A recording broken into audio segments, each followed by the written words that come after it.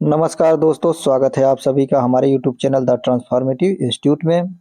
तो दोस्तों, आज का चैप्टर है पौधे एवं जंतुओं का संरक्षण। तो देखते हैं इसमें कौन कौन से टॉपिक हैं जिनको हमें पढ़ना है।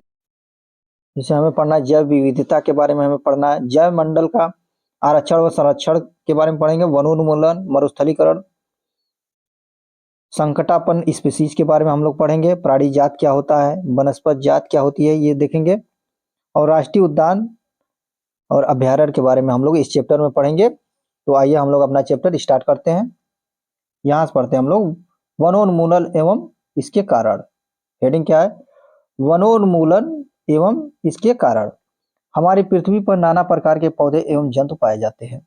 ये मानव जाति के अस्तित्व एवं भली प्रकार के क्या लिखा है? ये मानव जाति के अस्तित्व एवं भली प्रकार से रहने के लिए आवश्यक होते हैं। आज इन जीवों के क्या लिखा है? आज इन जीवों के अस्तित्व के लिए वनोन्मूलन एक बहुत बड़ा खतरा बन गया है। हम जानते हैं कि वनोन्मूलन का अर्थ है वनों को समाप्त करने पर प्राप्त भूमि का अन्य कार्यों में उपयोग करना। क्या लिखा है? वनों को समाप्त करने पर प्राप्त भूमि का अन्य कार्यों में उपयोग करना। वन में वृक्षों की कटाई निम्न उद्देश्यों से की जाती है। देखते हैं कौन कौन से उद्देश्य हैं जिनके कारण वृक्षों की और वनों की कटाई होती है। कृषि के लिए भूमि प्राप्त करना, घरों एवं कारखानों का निर्माण, फर्नीचर बनाने अथवा लकड़ी का ईंधन के रूप में उपयोग करना। आगे देखते हैं।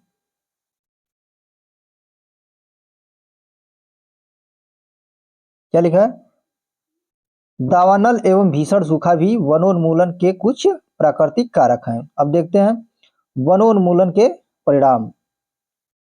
हेडिंग क्या है? वनोन्मूलन के परिणाम।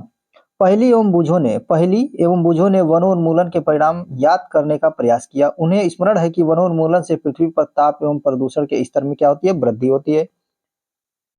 इससे वायुमंडल में कार्बन डाइऑक्साइड का स्तर बढ़ता है। भौम जल स्तर का भी निम्नीकरण हो जाता है। उन्हें पता है कि क्या है? उन्हें पता है कि वनोन्मूलन से प्राकृतिक संतुलन से प्रभावित होता है। क्या लिखा है?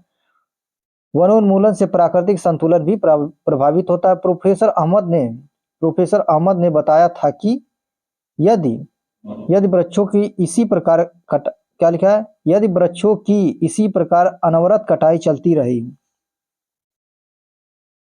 रही तो वर्षा एवं भूमि की उर्वरता में कमी आ जाएगी। ठीक।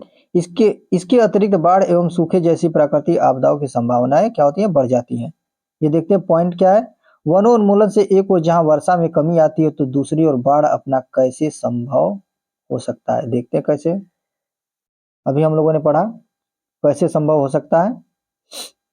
अब यहाँ देखते हैं। याद कीजिए कि प्रकाश संश्लेषण की क्रिया में पौधों को भोजन बनाने के लिए कार्बन डाइऑक्साइड की आवश्यकता होती है। कम वृक्षों का अर्थ है कि क्या लिखा है? कम वृक्षों का अर्थ है कार्बन डाइऑक्साइड के उपयोग में कमी आना, जिससे वायुमंडल में इसकी मात्रा बढ़ जाती है। किसकी मात्रा बढ़ जाती है? कार्बन डाइऑक्साइड की। इसकी मात्रा बढ़ जाती है क्योंकि कार्बन डाइऑक्साइड पृथ्वी द्वारा उत्सर्जित उष्मीय विकिरणों का प्रग्रहण कर लेती है। अतः इसकी मात्रा में वृद्धि के परिणाम स्वरूप विश्व उष्णन होता है। विश्व उष्णन मतलब ग्लोबल वार्मिंग।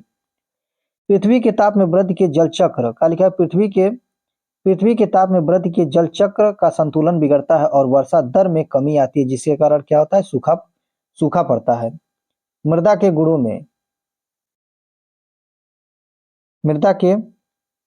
गुणों में परिवर्तन आने का मुख्य कारण वनोन्मूलन है। किसी क्षेत्र की मृदा के भौतिक गुणों पर वृक्षारोपण और वनस्पति का प्रभाव पड़ता है। भूमि पर वृक्षों की कमी होने से क्या लिखा है? भूमि पर वृक्षों की कमी होने से मृदा अपरदन अधिक होता है। मृदा की ऊपरी परत हटाने से नीचे की कठोर चट्टानें दिखाई देने लगती हैं। इससे मृदा में ह्यूमस की कमी होती है तथा इसकी उर्वरता भी अपेक्षाकृत कम होती है। धीरे धीरे क्या लिखा है? धीरे धीरे उर्वर भूमि मरुस्थल में परिवर्तित हो जाती है। इसे क्या कहते हैं? मरुस्थलीकरण कहते हैं। क्या कहते हैं? मरुस्थलीकरण कहते हैं। वनोन्मूलन से क्या लिखा है? वनोन्मूलन से मृदा की जल धारण क्षमता तथा भूमि की ऊपरी सतह से जल के नीचे की ओर अंतःस्रवण पर अंतःश्रवण पर भी विपरीत प्रभाव पड़ता है, जिसके परिणाम स्वरूप बाढ़ आती है। मृदा के अन्य गुण जैसे पोषक तत्व, गठन इत्यादि भी वनोन्मूलन के कारण प्रभावित होते हैं। आगे देखते हैं, वन एवं वन प्रजातियों का संरक्षण। क्या लिखा है? वन एवं वन्य प्राणियों का संरक्षण। हेडिंग क्या है? वन एवं वन्य प्राणियों का संरक्षण। देखते हैं, वनोन्मूलन के प्रभाव जानने के पश्चात पहेली एवं बूझो चिंतित थे। वे प्रोफेसर अहमद के पास गए तथा उन्होंने पूछा कि वन एवं वन्य प्राणियों को किस प्रकार बचाया जा सकता है। तो आइए देखते हैं किस प्रकार से बचाया जाता है। प्रोफेसर अहमद बताते हैं। प्रोफेसर अहमद ने पहेली बूझो एवं उनके सहपाठियों के लिए जैव मंडल संरक्षित क्षेत्र के भ्रमण का आयोजन किया। इसके लिए क्या लिखा? इसके लिए उन्होंने पंचमढ़ी जैव मंडली संरक्षित नामक क्षेत्र को चुना। वे जानते हैं कि इस क्षेत्र के पौधे एवं जंतु ऊपरी हिमालय की श्रृंखलाओं एवं निचले पश्चिमी घाट के समान है। प्रोफेसर अहमद का क्या लिखा है? प्रोफेसर अहमद का विश्वास है कि इस क्षेत्र में जैव विविधता अनूठी है। उन्होंने वन कर्मचारी श्री माधव जी से जैव मंडली संरक्षित क्षेत्र में बच्चों का मार्गनिर्देशन करने का अनुरोध किया। उन्होंने बताया कि जैविक महत्व के क्षेत्र का संरक्षण हमारी राष्ट्रीय परंपरा का क्या है? एक भाग है। आगे देखते हैं, माधव जी ने बच्चों को समझाया कि हमारे व्यक्तिगत प्रयासों एवं समाज के प्रयासों के अतिरिक्त सरकारी एजेंसियां भी वनों एवं जंतुओं की सुरक्षा हेतु कार्यरत हैं। सरकार उनकी सुरक्षा और संरक्षण हेतु नियम, विधियां और नीतियां बनाती हैं। वन्य जंतु अभ्यारण्य, राष्ट्रीय उद्यान, जैव मंडल संरक्षित क्षेत्र इत्यादि पौधों और जंतुओं के लिए संरक्षित एवं सुरक्षित क्षेत्र हैं। आइए ये पॉइंट देख लेते हैं। जैव मंडल क्या है? जैव मंडल के बारे में हम पढ़ते हैं। जैव मंडल पृथ्वी का वह भाग है। क्या है? पृथ्वी का वह भाग है जिसमें सजीव पाए जाते हैं अथवा जो जीवन यापन योग्य हैं। जैव विविधता का अर्थ है पृथ्वी पर पाए जाने वाले विभिन्न जीवों की प्रजातियां, उनके पारस्परिक संबंध एवं पर्यावरण से उनका संबंध क्या कहलाता है? जैव मंडल कहलाता है। अब हम लोग देख लेते हैं थोड़ा सा वन्य जीव अभ्यारण्य क्या है, राष्ट्रीय उद्यान, जैव मंडल, आरक्षित क्षेत्र के बारे में हम लोग पढ़ेंगे। ये क्या लिखा है उसमें पॉइंट में? वनस्पत जाति और प्राणी जात। क्या लिखा है? वनस्पत जाति और प्राणी जात और उनके आवासों के संरक्षण हेतु संरक्षित क्षेत्र चिन्हित किए गए हैं, जिन्हें वन्य जीव अभ्यारण्य, राष्ट्रीय उद्यान और जैव मंडल आरक्षित क्षेत्र कहते हैं। वृक्षारोपण, कृषि, चरागाह, वृक्षों की कटाई, शिकार, खाल प्राप्त करने हेतु इन क्षेत्रों में निषिद्ध है। इन क्षेत्रों में क्या है? निषिद्ध है, मतलब रोकथाम है। अब देखते हैं वन्य जीव अभ्यारण्य। वन्य जीव अभ्यारण्य को क्या कहते हैं? सेंचुरी भी कहते हैं इंग्लिश में। वह क्षेत्र क्या लिखा है? वह क्षेत्र जहां जंतु एवं उसके आवास किसी भी प्रकार के विक्षोभ से सुरक्षित है। क्या कहलाता है? वन्य जीव अभ्यारण्य कहलाता है। अब देखते हैं राष्ट्रीय उद्यान अर्थात नेशनल पार्क क्या होता है? वन्य जंतुओं के लिए आरक्षित क्षेत्र जहां वह स्वतंत्र रूप से आवास एवं प्राकृतिक संसाधनों का क्या कर सकते हैं? उपयोग कर सकते हैं, राष्ट्रीय उद्यान कहलाता है। अब देखते हैं जैव मंडल आरक्षित क्षेत्र। जैव मंडल आरक्षित क्षेत्र वन्य जीवन क्या लिखा? वन्य जीवन, पौधों एवं जंतु संसाधनों और उस क्षेत्र के आदिवासियों के पारंपरिक ढंग से जीवन यापन हेतु विशाल संचित क्षेत्र को क्या कहते हैं? जैव मंडल आरक्षित क्षेत्र। अब देखते हैं जैव मंडल आरक्षण। क्या लिखा है? जैव मंडल आरक्षण। प्रोफेसर अहमद क्या लिखा है? प्रोफेसर अहमद एवं माधव जी के साथ बच्चों ने जैव मंडल आरक्षित क्षेत्र में प्रवेश किया। माधव जी ने समझाया कि क्या लिखा है? माधव जी ने समझाया कि जैव विविधता के संरक्षण के उद्देश्य से जैव मंडल आरक्षित क्षेत्र बनाए गए हैं। जैसा कि आप जानते हैं कि जैव विविधता का अर्थ है कि किसी क्षेत्र विशेष में पाए जाने वाले सभी पौधों, जंतुओं और सूक्ष्म जीवों की विभिन्न प्रजातियां। किसी क्षेत्र का क्या लिखा है? किसी क्षेत्र का जैव मंडल आरक्षित क्षेत्र उस क्षेत्र की जैव विविधता एवं संस्कृति को बनाए रखने में सहायक होता है। किसी जैव मंडल आरक्षित क्षेत्र के अंतर्गत अन्य संरक्षित क्षेत्र भी आ सकते हैं। जैसे पंचमढ़ी जैव मंडल आरक्षित क्षेत्र में सतपुड़ा नामक एक राष्ट्रीय उद्यान तथा बोरी एवं पंचमढ़ी नामक 2 वन्य जंतु अभ्यारण्य आते हैं। आगे देखते हैं। अब देखते हैं पेड़ पौधे एवं जीव जंतु। क्या है? पेड़ पौधे एवं जीव जंतु। बच्चों ने भ्रमण करते समय जैव मंडल आरक्षित क्षेत्र की हरियाली संपदा की प्रशंसा की। वे लंबे लंबे सागौन के वृक्षों एवं वन्य प्राणियों को देखकर क्या हुए, प्रसन्न हुए, अर्थात प्रसन्न थे। पहेली ने पहेली ने अचानक एक खरगोश देखा। उसने पकड़ने का क्या किया, प्रयास किया। वह उसके पीछे दौड़ने लगी। प्रोफेसर अहमद ने उसे रोका। उन्होंने समझाया कि जंतु अपने आवास में क्या है, प्रसन्न रहते हैं। हमें उनको परेशान करना नहीं चाहिए। हमें उनको परेशान नहीं करना चाहिए। माधव जी ने समझाया कि कुछ जंतु एवं पौधे एक क्षेत्र विशेष में पाए जाते हैं, किसी विशेष क्षेत्र में। देखते क्या, ये देखिए क्या लिखा है, किसी विशेष क्षेत्र में पाए जाने वाले पेड़ पौधे उस क्षेत्र के क्या है, वनस्पति जाति एवं जीव जंतु प्राणी जाति कहलाते हैं। प्राणी जात कहलाते हैं। अब ये पॉइंट देख लेते हैं क्या लिखा है। साल सागौन, क्या लिखा है, साल सागौन आम जामुन सिल्वर फर्न अर्जुन इत्यादि वनस्पति जाति हैं। क्या है, वनस्पति जाति कौन कौन है, साल सागौन आम जामुन सिल्वर फर्न अर्जुन इत्यादि क्या है, वनस्पति जात हैं। तथा चिंकारा, चिंकारा नीलगाय बर्किंग हिरण चीतल तेंदुआ जंगली कुत्ता भेड़िया इत्यादि पंचमढ़ी जयमंडल आरक्षित क्षेत्र के क्या है, प्राणी जात है। ये देखिए चित्र में दिखाया गया, ये है जंगली कुत्ता। ये देखिए ये है जंगली कुत्ता। चित्र बी में दिखाया गया हिरण, इसको क्या गया, चीतल। ठीक, ये आपका क्या हो गया, ये हो गया भेड़िया, भेड़िया। और ये हो गया तेंदुआ, ये फर्न का पौधा है। और ये हो गया जामुन। आगे देखते हैं। अब देखते हैं क्या है, विशेष क्षेत्रीय प्रजाति, मतलब एक विशेष क्षेत्र में पाए जाने वाली जो जीव जंतु या पौधे हैं उनके बारे में विशेष क्षेत्रीय प्रजाति। बच्चे शीघ्र ही शांतिपूर्वक गहरे वन में प्रविष्ट हो गए। बच्चे एक विशालकाय, क्या लिखा है, बच्चे एक विशालकाय गिलहरी को देखकर अचंभित रह गए। इस गिलहरी की एक लंबी फरदार पूंछ है। वे इसके विषय में जानने के लिए बहुत उत्सुक है। माधव जी ने बताया कि इसे विशाल गिलहरी कहते हैं और यह यहाँ की क्या है, विशेष क्षेत्रीय स्पीसीज है। क्या है, विशेष क्षेत्रीय स्पीसीज है। पौधे एवं जंतुओं की वह स्पीसीज, पौधों एवं जंतुओं की वह स्पीसीज जो किसी विशेष क्षेत्र में विशिष्ट रूप से पाई जाती है उसे विशेष क्षेत्रीय स्पीसीज कहते हैं। ये किसी अन्य क्षेत्र में प्राकृतिक रूप से नहीं पाई जाती।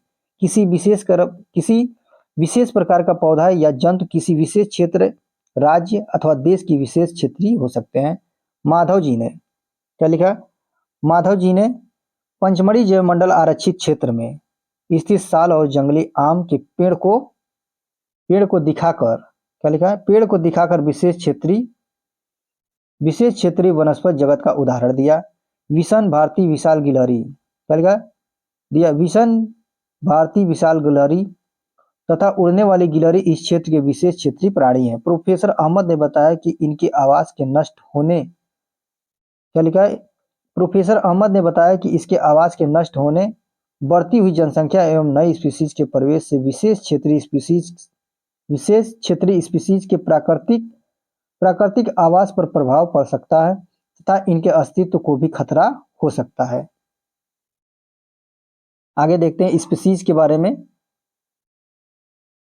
ये देखिए स्पीसीज के बारे में बताया गया। स्पीसीज सजीवों की समिष्ट, क्या लिखा है, स्पीसीज सजीवों की समिष्टि का वह समूह है जो एक दूसरे से अंतर जनन करने में सक्षम होते हैं। इसका अर्थ है कि एक जात के सदस्य केवल अपनी जात के सदस्यों के साथ अन्य जाति के सदस्यों को छोड़कर जनन क्षम संतान उत्पन्न करते हैं। एक जात के सदस्यों में समान लक्षण पाए जाते हैं, उन्हें क्या कहते हैं, इस एक स्पीसीज के ही जंतु या जीव जंतु कहते हैं।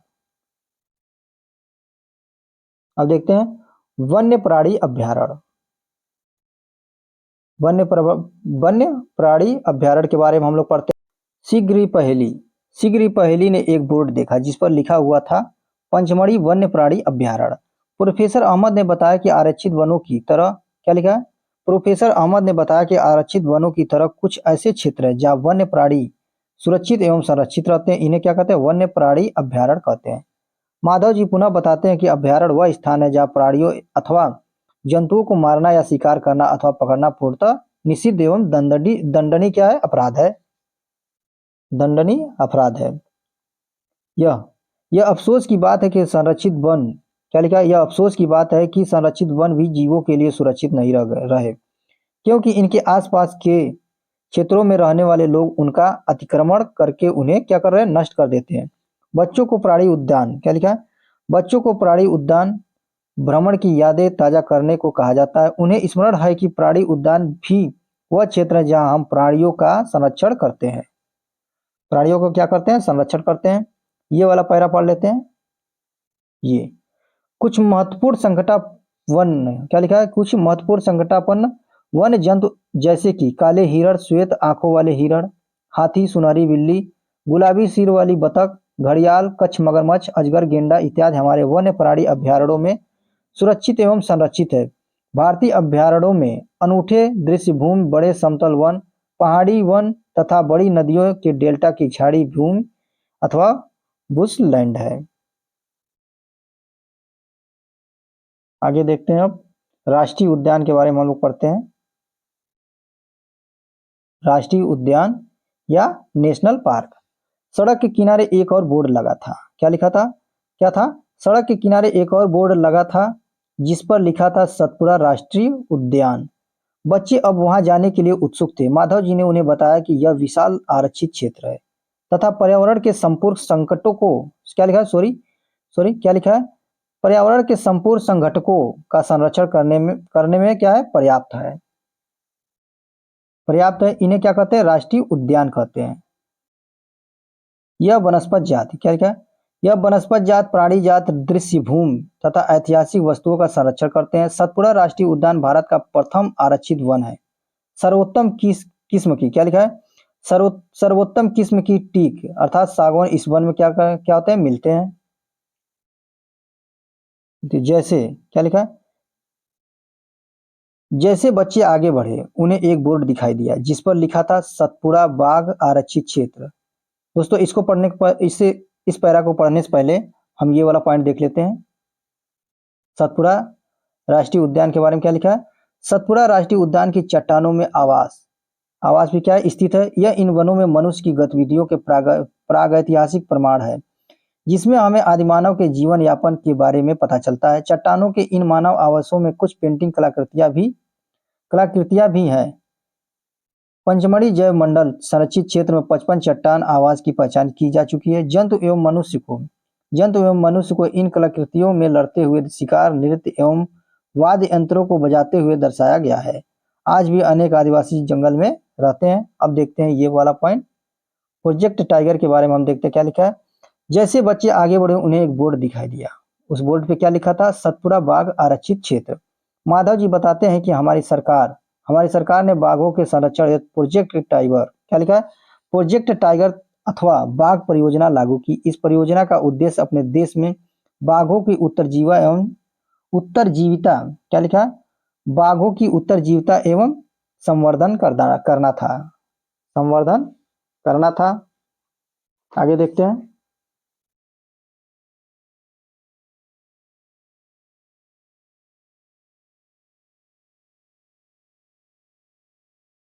ये देखिए चित्र 5.4 में बाघ, ये हो गया जंगली भैंसा और ये क्या है, बारहसिंगा है। आइए आगे देखते हैं। बाघ उन स्पीसीज में से एक है जो धीरे धीरे हमारे वनों से विलुप्त होते जा रहे हैं, परंतु सतपुड़ा आरक्षित क्षेत्र में बाघों की संख्या में वृद्धि हो रही है। अतः यह संरक्षण का अनूठा उदाहरण है। किसी समय शेर, हाथी, जंगली भैंसे तथा बारहसिंगा भी सतपुड़ा राष्ट्रीय उद्यान में पाए जाते थे। वे जंतु जिनकी संख्या एक निर्धारित स्तर से कम होती जा रही है और वे विलुप्त हो सकते हैं, उन्हें क्या कहते हैं, संकटापन्न जंतु कहते हैं।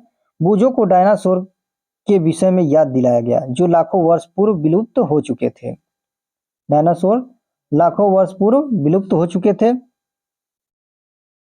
कुछ जीवों के प्राकृतिक, क्या लिखा है, कुछ जीवों के प्राकृतिक आवास में व्यवधान होने से उनके अस्तित्व को खतरा पैदा हो गया। प्रोफेसर अहमद ने बताया कि पौधों और जंतुओं के संरक्षण के उद्देश्य से सभी राष्ट्रीय उद्यानों में कड़े नियम लागू किए जाते हैं। मानवीय गतिविधियों जैसे चराना, अवैध शिकार, जानवरों को पकड़ना या उन्हें मारना, जलावन, पौधे की लकड़ी या औषधि पौधे एकत्र करना स्वीकार नहीं है। माधव जी ने पहेली को बताते हैं कि बड़े जंतुओं की अपेक्षा छोटे प्राणियों के विलुप्त होने की संभावना क्या है, कहीं अधिक है। अक्सर हम क्या लिखा, अक्सर हम सांप, मेढक, छिपकली, चमगादड़ तथा उल्लू इत्यादि को निर्दयता से मार डालते हैं और परतंत्र में उनके महत्व के विषय में सोचते भी नहीं है। उनको मारकर हम स्वयं को हानि पहुंचा रहे हैं। यद्यपि वे आकार में छोटे हैं, परंतु परितंत्र में उनके योगदान को अनदेखा नहीं किया जा सकता है। वे आहार जाल एवं आहार श्रृंखला के क्या है, भाग हैं। किसी क्षेत्र के सभी पौधे, प्राणी एवं सूक्ष्म जीव अजैव घटकों जैसे जलवायु, भूमि, मिट्टी, नदी, डेल्टा इत्यादि संयुक्त रूप से किसी परितंत्र का ही निर्माण करते हैं। आगे देखते हैं रेड डाटा पुस्तक।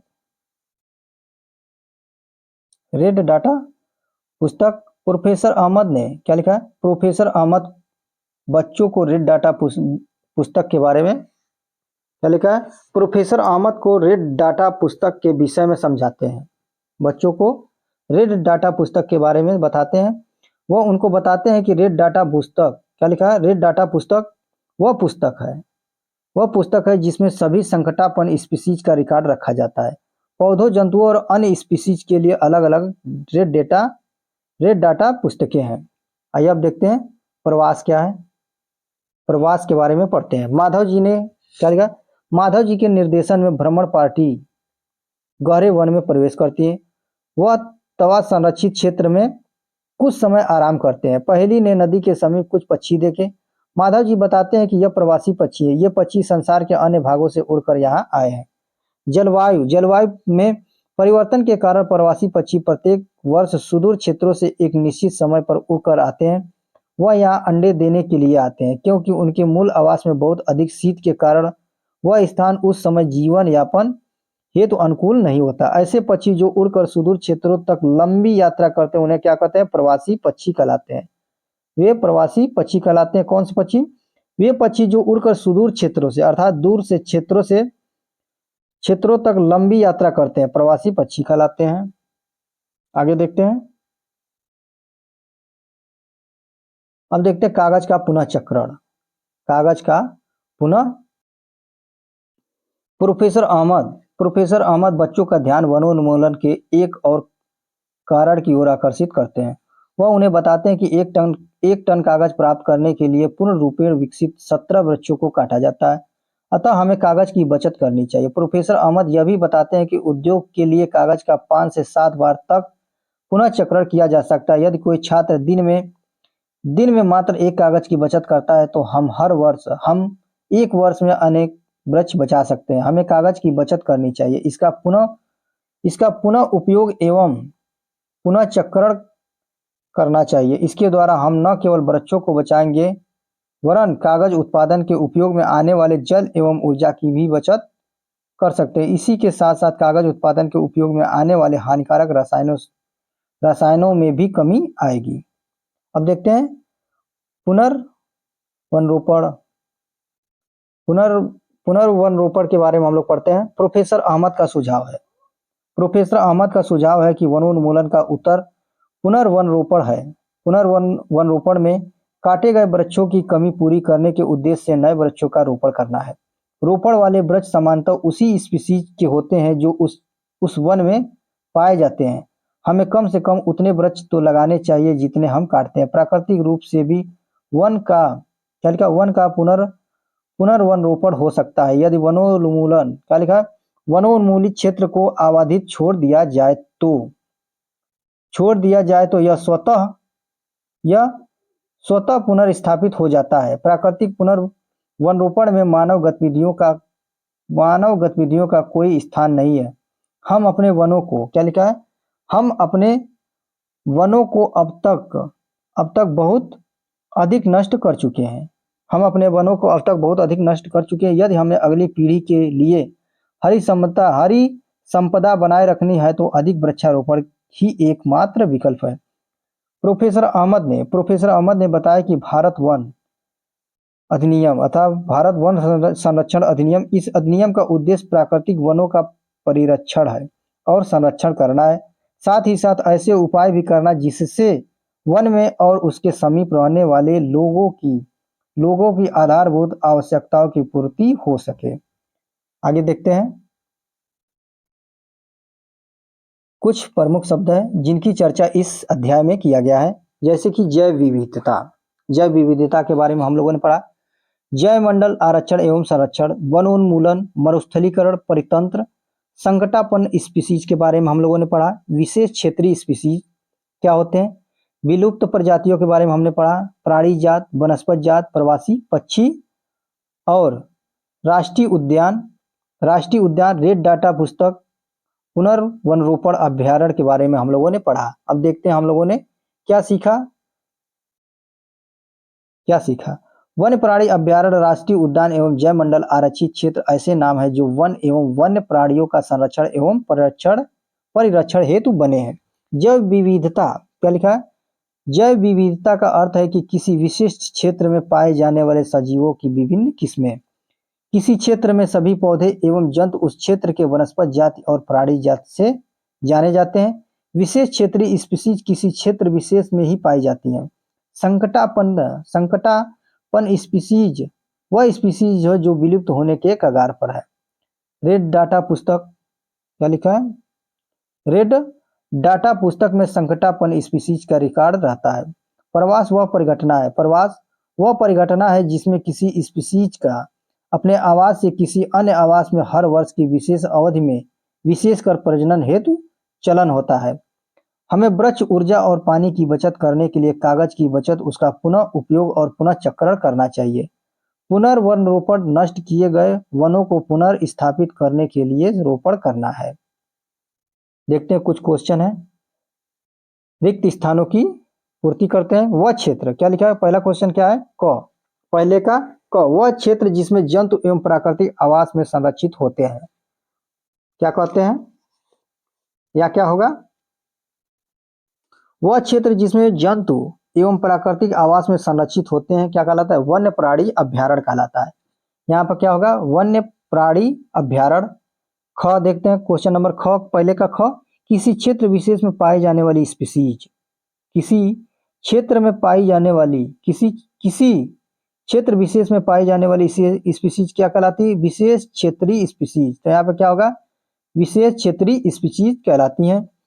ग देखते हैं, ग प्रवासी पक्षी सुदूर क्षेत्रों में। प्रवासी पक्षी सुदूर क्षेत्रों में, तो यहाँ पर क्या होगा, जलवायु परिवर्तन के कारण क्या करते हैं, पलायन करते हैं। तो यहाँ क्या होगा, जलवायु। दोस्तों आज यहीं तक, बहुत बहुत धन्यवाद, मिलते हैं अगली क्लास में।